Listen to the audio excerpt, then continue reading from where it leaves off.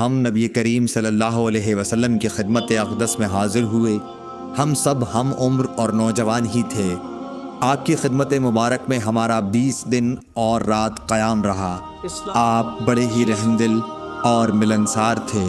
جب آپ نے دیکھا کہ ہمیں اپنے وطن واپس جانے کا شوق ہے تو آپ نے پوچھا کہ تم لوگ اپنے گھر کسے چھوڑ کر آئے ہو؟ ہم نے بتایا۔ پھر آپ نے فرمایا کہ اچھا، اب تم اپنے گھر جاؤ اور ان گھر والوں کے ساتھ رہو اور انہیں بھی دین سکھاؤ اور دین کی باتوں پر عمل کرنے کا حکم کرو۔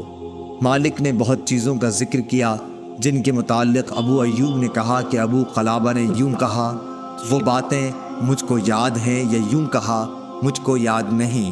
اور آن حضرت صلی اللہ علیہ وسلم نے فرمایا کہ اسی طرح نماز پڑھنا جیسے تم نے مجھے نماز پڑھتے ہوئے دیکھا ہے، اور جب نماز کا وقت آ جائے تو کوئی ایک اذان دے اور جو تم میں سب سے بڑا ہو وہ نماز پڑھائے، بشرطے کہ وہ قرآن شریف اور طریقہ نماز و امامت جانتا ہو۔